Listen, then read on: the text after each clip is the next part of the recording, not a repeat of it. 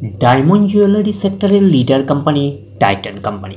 Titan কোম্পানির হচ্ছে আমরা ফান্ডামেন্টালসটাকে নিয়ে অ্যানালিসিস করব, দেখবো যে কোম্পানিটা ফান্ডামেন্টালি কতটা সাউন্ড রয়েছে।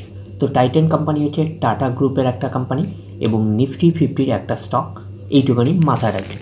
তো কোম্পানিটা হচ্ছে এখন ট্রেড করছে 3755 টাকায় এখন ট্রেড করছে। আমরা যদি চলি এই কোম্পানিটার মার্কেট ক্যাপিটালাইজ কত রয়েছে?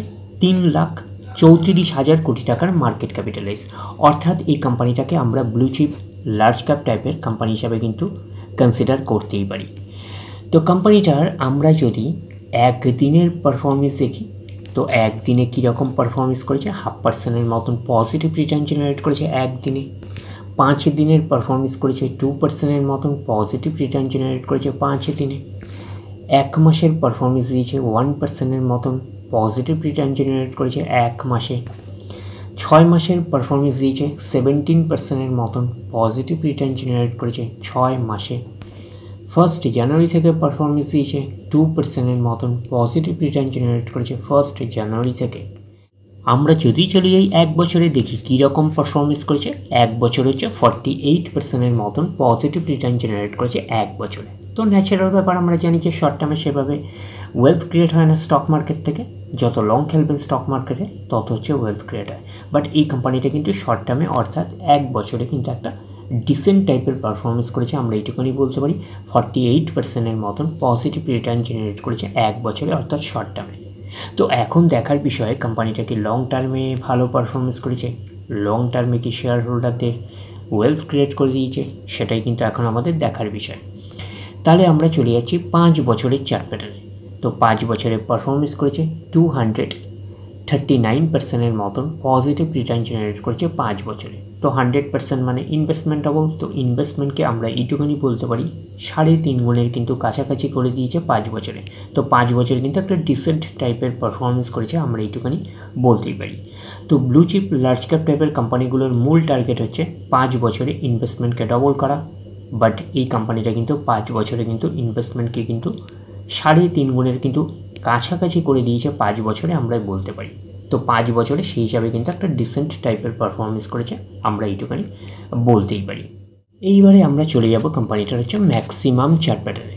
তো ম্যাক্সিমাম চার্ট প্যাটার্ন হিসাবে পারফরমেন্স করেছে 87,839% মতন পজিটিভ রিটার্ন জেনারেট করেছে অল টাইম বা ম্যাক্সিমাম। তো কোম্পানিটা লিস্টেড হয়েছে কবে? 1999-এ। তাহলে 1999 থেকে কিন্তু এখনও অবধি রিটার্ন জেনারেট করেছে 87,839% মতন পজিটিভ রিটার্ন জেনারেট করেছে অল টাইম বা ম্যাক্সিমাম। তো ম্যাক্সিমাম চার্ট প্যাটার্নটা কিন্তু লেফট টু রাইট ওপরের দিকে মুভ করছে। তো সেই হিসাবে কিন্তু একটা ডিসেন্ট টাইপের চার্ট প্যাটার্ন হিসাবে আমরা কনসিডার করতেই পারি। তো এটা গেল কোম্পানিটার ফান্ডামেন্টালস পার্টের হচ্ছে একটা পার্ট চার্ট প্যাটার্ন। এইবারে আমরা চলে যাচ্ছি ফান্ডামেন্টালস পার্টের হচ্ছে আরেকটা পার্ট হচ্ছে ব্যালেন্স শিটে। দেখবো যে ব্যালেন্স শিট কতটা সাউন্ড রয়েছে। তাহলে আমরা চলে যাচ্ছি কোম্পানিটার ব্যালেন্স শিটে। আমরা চলে আসলাম কোম্পানিটার হচ্ছে ব্যালেন্স শিটে। আমরা ডেটা পাচ্ছি কবে থেকে? আমরা ডেটা পাচ্ছি 2012 থেকে আমরা ডেটা পাচ্ছি। আমরা ডিরেক্টলি চলে যাব কোম্পানিটার হচ্ছে রিজার্ভ অ্যান্ড সারপ্লাসে। তাহলে চলে আসলাম রিজার্ভ অ্যান্ড সারপ্লাসে। প্রথমে ছিল 1300 কোটির রেঞ্জে, তারপরে সেটা গ্রো করে 1800 কোটির রেঞ্জে, তারপরে 2400 কোটির রেঞ্জে, তারপরে হচ্ছে 2900 কোটির রেঞ্জে, 3400 কোটির রেঞ্জে, 4100 কোটির রেঞ্জে, 5000 কোটির রেঞ্জে পরপর গ্রো করছে। তারপরে হচ্ছে 5900 কোটির রেঞ্জে, 6500 কোটির রেঞ্জে, 6500 কোটির রেঞ্জের পরে আমরা পাচ্ছি 7400 কোটির রেঞ্জে, 9200 কোটির রেঞ্জে, 11700 কোটির রেঞ্জে, 12300 কোটির রেঞ্জে। তো ওভারঅল আমরা দেখে কী বুঝতে পারছি, রিজার্ভ অ্যান্ড সারপ্লাসের মধ্যে কনসিস্টেন্সিও রয়েছে প্লাস কিন্তু গ্রোথ রয়েছে। এটা কিন্তু কোম্পানির ক্ষেত্রে একটা পজিটিভ সাইন। তো এটা থেকে একটা আমরা ওভারভিউ পেতে পারি যে নেট প্রফিটের মধ্যেও কনসিস্টেন্সি প্লাস গ্রোথ থাকার পসিবিলিটিস অনেক অংশে রয়েছে। তার কারণটা কি? তার কারণটা হচ্ছে নেট প্রফিটের কিছু অংশ রিজার্ভ অ্যান্ড সারপ্লাসে কিন্তু ট্রান্সফার হয়। তো ওভারঅল ভিউটা আমাদের কাছে ক্লিয়ার হয়ে যাবে। কোম্পানিটার প্রফিট অ্যান্ড লসে গেলে ক্লিয়ার হয়ে যাবে নেট প্রফিটের মধ্যে কতটা কনসিস্টেন্সি রয়েছে, কতটা গ্রোথ রয়েছে। তো এখন রিজার্ভ অ্যান্ড সারপ্লাস রয়েছে 12,300 কোটির রেঞ্জে। এইবারে আমরা চলে যাব কোম্পানিটার হচ্ছে লং টার্ম বোরিং। তো আমরা চলে আসছি কোম্পানিটার হচ্ছে লং টার্ম বোরিং। প্রথমে ছিল 6 কোটি, তারপরে 0 0 0 পরপর কিন্তু 0 পাচ্ছি, তারপরে 32 কোটি হলো, তারপরে হচ্ছে 17 কোটি। 17 কোটির পরে হচ্ছে আমরা কত পাচ্ছি, 9 কোটি পাচ্ছি, তারপরে 2 কোটি পাচ্ছি, তারপরে 0, তারপরে 28। তার মানে লং টার্ম বোরিং খুব একটা নেই, আমরা এইটুখানি বলতে পারি। তো কোম্পানিটি এইটুখানি বলতে পারি কোম্পানির এক্সট্রা বার্ডেন সেই অর্থে কিন্তু নেই ইন্টারেস্ট পে করার ব্যাপারে।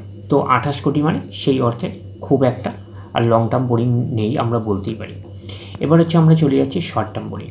তো শর্ট টার্ম বোরিং হচ্ছে কত পাচ্ছি, প্রথমে ছিল 0, 0, তারপরে 800 কোটির রেঞ্জে, 100 কোটির রেঞ্জে, 110 কোটির রেঞ্জে, 1800 কোটির রেঞ্জে, 1600 কোটির রেঞ্জে, 2300 কোটির রেঞ্জে, 2200 কোটির রেঞ্জে। 2200 কোটির রেঞ্জের পরে হচ্ছে 4300 কোটির রেঞ্জে, 5900 কোটির রেঞ্জে, 7400 কোটির রেঞ্জে, 12000 কোটির রেঞ্জে। তো শর্ট টার্ম বোরিং হচ্ছে ফ্ল্যাকচুয়েটিং ম্যানারে থাকে, প্রতি বছর আপস অ্যান্ড ডাউনস করে। তো আমরা শর্ট টার্ম বোরিংয়ের থেকে বেশি যেটা গুরুত্ব দিই সেটা হচ্ছে লং টার্ম বোরিংকে। তো এখন শর্ট টার্ম বোরিং রয়েছে 12000 কোটির রেঞ্জে, আমরা এইটুখানি বলতেই পারি। এইবারে আমরা চলে যাব কোম্পানিটার হচ্ছে ক্যাশ অ্যান্ড ক্যাশ ইকুইভ্যালেন্টের অবস্থান কী রকম রয়েছে।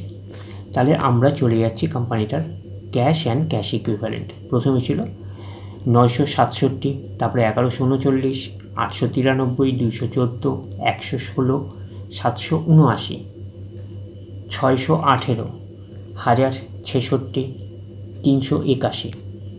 381 পরে আমরা পাচ্ছি 560, 1573, 1343, 1428। তো ওভারঅল আমরা এই ব্যালেন্স শিটটাকে কিন্তু 5 স্টার টাইপের ব্যালেন্স শিট হিসাবে আমরা কনসিডার করতেই পারি। তো এইবারে আমরা দেখব কোম্পানিটার হচ্ছে প্রফিট অ্যান্ড লস কতটা সাউন্ড রয়েছে। তো আমরা চলে আসলাম কোম্পানিটার হচ্ছে প্রফিট অ্যান্ড লসে। আমরা ডেটা পাচ্ছি কবে থেকে, আমরা ডেটা পাচ্ছি 2012 থেকে আমরা ডেটা পাচ্ছি। আমরা ডিরেক্টলি চলে যাব কোম্পানিটার হচ্ছে নেট প্রফিটে। তাহলে আমরা চলে আসলাম নেট প্রফিটে।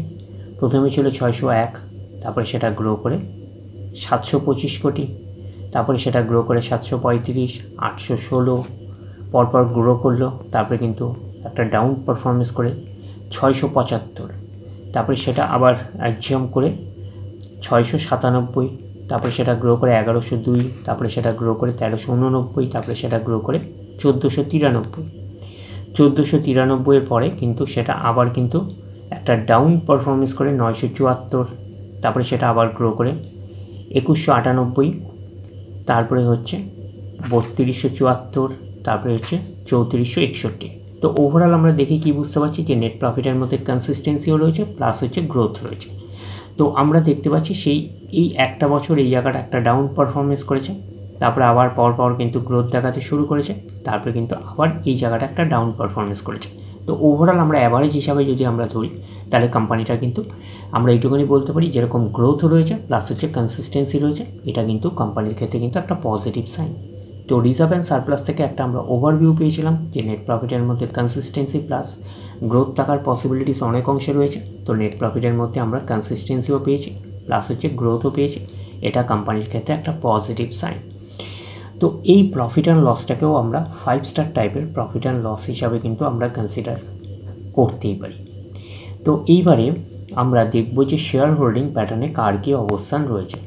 তো আমরা চলে আসছি কোম্পানিটার হচ্ছে শেয়ার হোল্ডিং প্যাটার্নে। প্রোমোটার মিন্স কি কোম্পানির ওনার 52.90%, FIS ফরেন ইনস্টিটিউশনাল ইনভেস্টার রয়েছে 18.89%, DIS ডোমেস্টিক ইনস্টিটিউশনাল রয়েছে 10.25%, আর রয়েছে গভর্নমেন্ট রয়েছে 0.17% না থাকার মতো, পাবলিক রয়েছে 17.77%।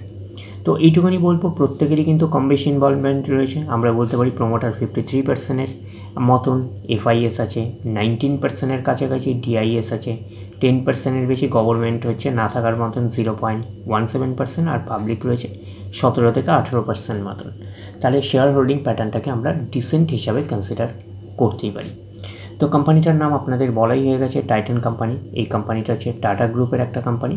বিশেষত এই কোম্পানিটা হচ্ছে জুয়েলারি সেক্টরের কিন্তু ডায়মন্ড জুয়েলারি সেক্টরের লিডার কোম্পানি। এছাড়াও কোম্পানিটা হচ্ছে বিভিন্ন ওয়াচেস, আইওয়্যার, তো এই ক্যাটাগরি রিলেটেড কিন্তু বিজনেস করছে কোম্পানিটা।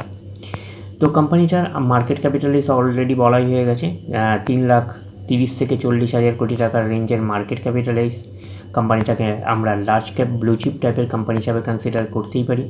তো কোম্পানিটার ROC return on capital employed আছে 25.1%, ROE রিটার্ন অন ইকুইটি আছে 30.8%। তো আমরা এইটুকুনি বলতে পারি ROC আর ROE হচ্ছে ডিসেন্ট রয়েছে। তো কোম্পানির পারফরমেন্সের উপরে কিন্তু ডিপেন্ড করে ROC আর ROE। আগামী দিনে যদি কোম্পানি আরও ভালো পারফরমেন্স করে, আরও গ্রোথ দেখাতে শুরু করে, তাহলে ROC আর ROE হচ্ছে আরও ইমপ্রুভ করবে। তো ওভারঅল কোম্পানির পারফরমেন্সের উপরে কিন্তু ডিপেন্ড করে ROC আর ROE, এইটুকুনি মাথায় রাখবেন। তো ওভারঅল আমরা বলতে পারি যে টাইটান কোম্পানি লিমিটেডকে আমরা ফান্ডামেন্টালি একটা সাউন্ড কোম্পানি হিসাবে কিন্তু আমরা কনসিডার করতেই পারি। তো এই স্টকটাকে আপনারা র্যাডারে রাখতে পারেন, ডিরেক্টলি গিয়ে জাম্প করে বাই করবেন না, ফার্দার স্টাডি করুন। আফটার দ্যাট হচ্ছে আপনারা ডিসাইড করবেন এই স্টকটা বাই করবেন কি করবেন। তাহলে এই অবধি, নেক্সট ভিডিওতে আবার আপনাদের সাথে আমার দেখা হচ্ছে। ধন্যবাদ।